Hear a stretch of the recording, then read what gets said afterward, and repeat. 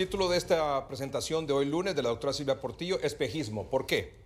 Bueno, la siguiente, porque el espejismo es una imagen, una representación o una realidad engañosa e ilusoria. Y yo pienso que esta semana estas últimas 2 semanas yo he escuchado que ya estamos platicando sobre situaciones que no son reales.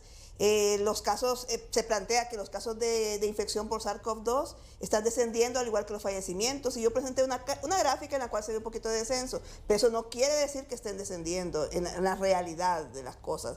Y la otra es que el ritmo de vacunación en Honduras está influyendo en este descenso de casos y fallecidos, ¿verdad? Entonces, O sea, vamos a partir de estas dos premisas. Sí, de estas dos premisas que aparentemente son reales, pero que no lo son, y vamos a ver por qué. Traje unos ejemplos aquí. Por ejemplo, Portugal, miren, busqué el país conocido, ¿verdad?, que tiene tal vez más porcentaje de vacunación. 87.01%, completas 81.82% de la población, y parcial 5.9%, ¿verdad? Muy bien, entonces usted puede ver como en esa gráfica, ve ahí la meseta también que hubo, y cómo de pronto hay picos y descienden, pero actualmente lo más reciente es una ligera elevación. La siguiente. Y entonces, Honduras, ¿cómo está Honduras? Fíjese bien que en Honduras no hay mesetas, como lo he dicho muchas veces, todo va para arriba, la cantidad de acumulados, y mire usted cómo es de errática la cantidad de casos que van para arriba, especialmente en este último mes de agosto y septiembre. Pero fíjese bien lo que le digo, Honduras tiene solamente el 29.29% de su población vacunada con alguna dosis. Completa solo el 16.79% y parcial el 12.50%. Entonces, como puede comparar usted con Portugal, estamos muy lejos, muy lejos. Y entonces, ¿qué pasa? Que si comparamos Honduras con Portugal, Portugal ya tiene más control sobre su población. Ahora, en esta, otro asunto, que Reino Unido, en esta gráfica de abajo de Reino Unido, dice más vacunados que Estados Unidos. Pero fíjese bien que a pesar de esta realidad tan interesante, Estados Unidos tiene menos fallecidos que Reino Unido. O sea, Reino Unido tiene más vacunados y más muertos. Entonces, ¿qué podemos concluir? Que la vacuna es una herramienta muy importante para el control de la pandemia en un país, es indiscutible, pero que no por sí sola nunca va a controlar la pandemia. Eso lo dijo OMS desde agosto del año pasado, ¿verdad? Es como que yo le dijera, mire, en el tratamiento COVID-19 solo con tocilizumab se salva al paciente. No. Pero por eso le digo, es más o menos una analogía ahí. Sí, es un abordaje múltiple. Es un abordaje múltiple. Yo creo que esa idea del abordaje múltiple ha sido genial, porque se da en tratamiento temprano, se da en el tratamiento para graves, se da en la parte epidemiológica. Es un abordaje múltiple. Por eso entonces la vacunación forma parte de este abordaje múltiple de medicamentos, de tratamientos para evitar la muerte por COVID-19. Yo diría que desde el punto de vista epidemiológico vamos a hablar de este abordaje en la población, porque eso es lo que hacemos los epidemiólogos. Los clínicos van a hablar de pacientes, ¿verdad? Muy bien. Ahora, entonces, ¿qué tenemos que tener nosotros aquí en la cabeza, en la mente, en el corazón y en las acciones? Un plan B. O sea, ya tenemos una estrategia, la estamos viviendo, pero es importante en primer lugar aumentar la velocidad de vacunación. Hay que aumentar la cantidad de esquemas completos que debemos de tener en la población, y hay que aumentar los lugares que tengan poblaciones. O sea, tendríamos que buscar, el otro día yo escuchaba aquí que Jesús dio todo, creo que es el que quiere ser el primer municipio de Honduras que tenga el 100% de su población vacunada. Excelente meta e idea, ¿verdad? A crear esa competencia sana y tratar de lograrla, porque eso va a evitar que esa población por lo menos no haya fallecidos, ¿verdad? Aunque se contagien de alguna manera. ¿Cuáles son los criterios que tenemos que seguir para llevar a cabo estos 3 puntos de este plan B? En primer lugar, son 2 puntos. Que se escojan las poblaciones con mayor cantidad de casos, porque es ahí donde hay mayor infección, más posibilidad de mutaciones. ¿Cuáles son esas? Tegucigalpa y San Pedro Sula. Y en segundo lugar, que se escojan las poblaciones donde hay más fallecidos. ¿Por qué? Porque es ahí donde probablemente están circulando variantes más agresivas, y además porque es urgente bajar la letalidad. Son hondureños que se están muriendo.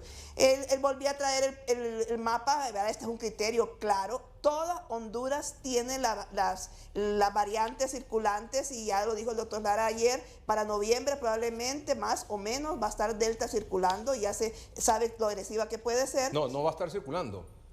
La variante Delta a mediados de noviembre, dijo el doctor Lara, va a ser la predominante en sí. el 100% de los casos. Exactamente, exactamente. ¿Verdad? Aún más grave, o sea que ya puede andar circulando, pero bueno. Disculpe que el discípulo, ¿verdad?, corrija a la maestra. Está bien. Muy bueno, bien. ese es bueno, doctora, para usted. Bueno. Significa que le ha aprendido, ¿o no? Claro que sí.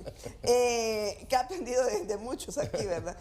La siguiente simplemente es una gráfica que yo pocas veces la traigo, pero con el doctor Maradiaga la trabajamos, y este es el evento en toda la pandemia. Pero por primera vez se unen El Paraíso y Lloro por cantidad de casos en toda la pandemia. Y todavía sigue Francisco Morazán y Cortés y Atlántida. Estos son los 5 departamentos que han predominado en cantidad de casos en toda la pandemia. La siguiente, esta gráfica que también hace tiempo no la traía, hace semanas que no la traía, pero fíjense bien, hoy sí ya podemos decir, se han duplicado la cantidad de contagios en este año, comparado con el 2020. Se han duplicado la cantidad de decesos en este año, y recuperados todavía estamos recuperando menos gente que el año pasado. O sea, la gráfica verde son los contagios del año pasado. Sí.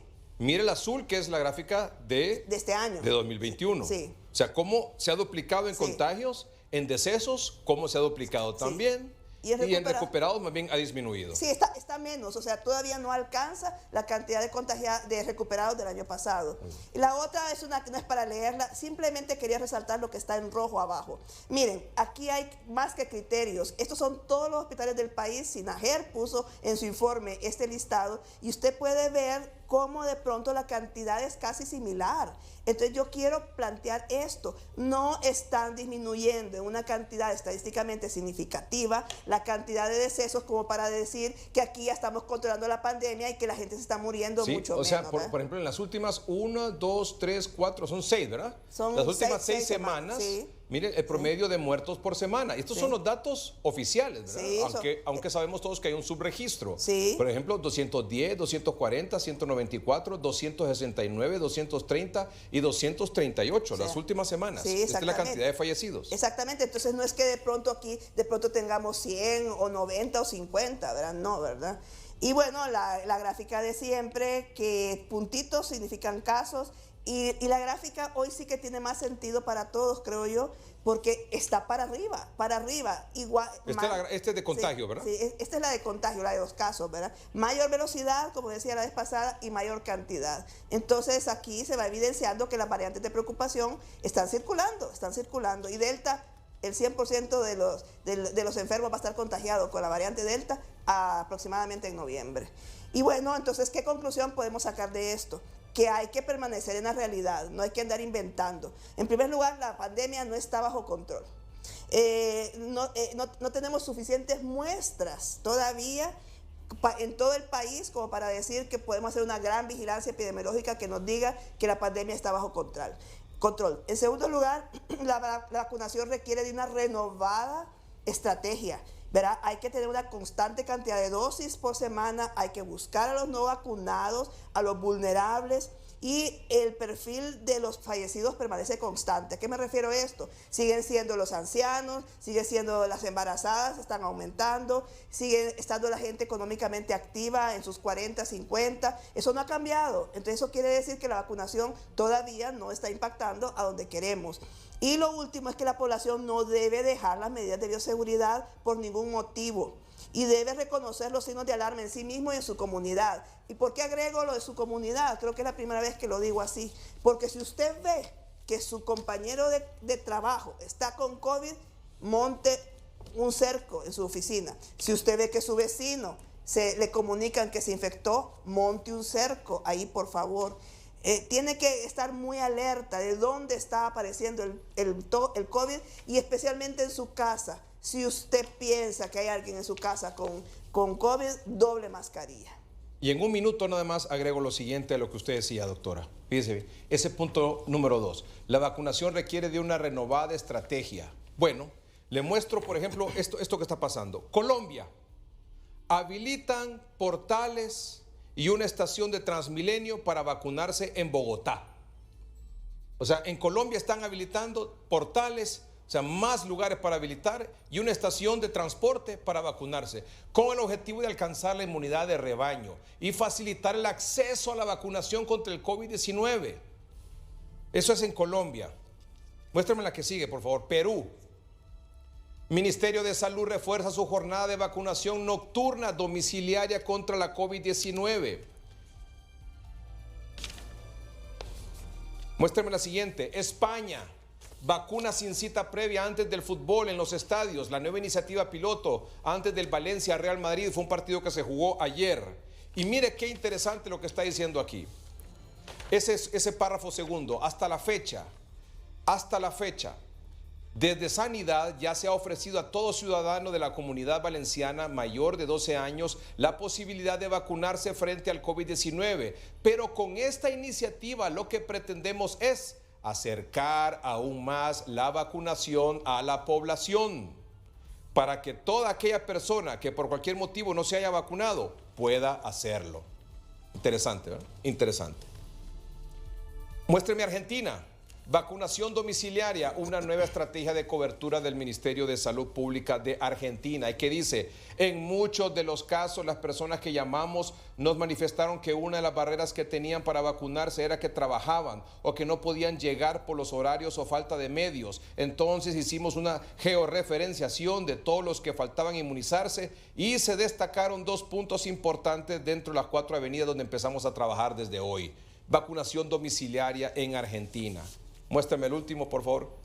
Costa Rica. Hoy, la Caja Costarricense de Seguridad Social. Si la gente no llega a la vacuna llega a la gente. Si los vacunados no tienen la afluencia, los vacunatorios no tienen la afluencia esperada de personas, los funcionarios de la institución tomarán los insumos necesarios, abordarán una ambulancia u otro vehículo y buscarán a las personas en sus barrios, casa por casa, en las sodas, en las pulperías o sitios de reunión. Esto es estar en lo que está.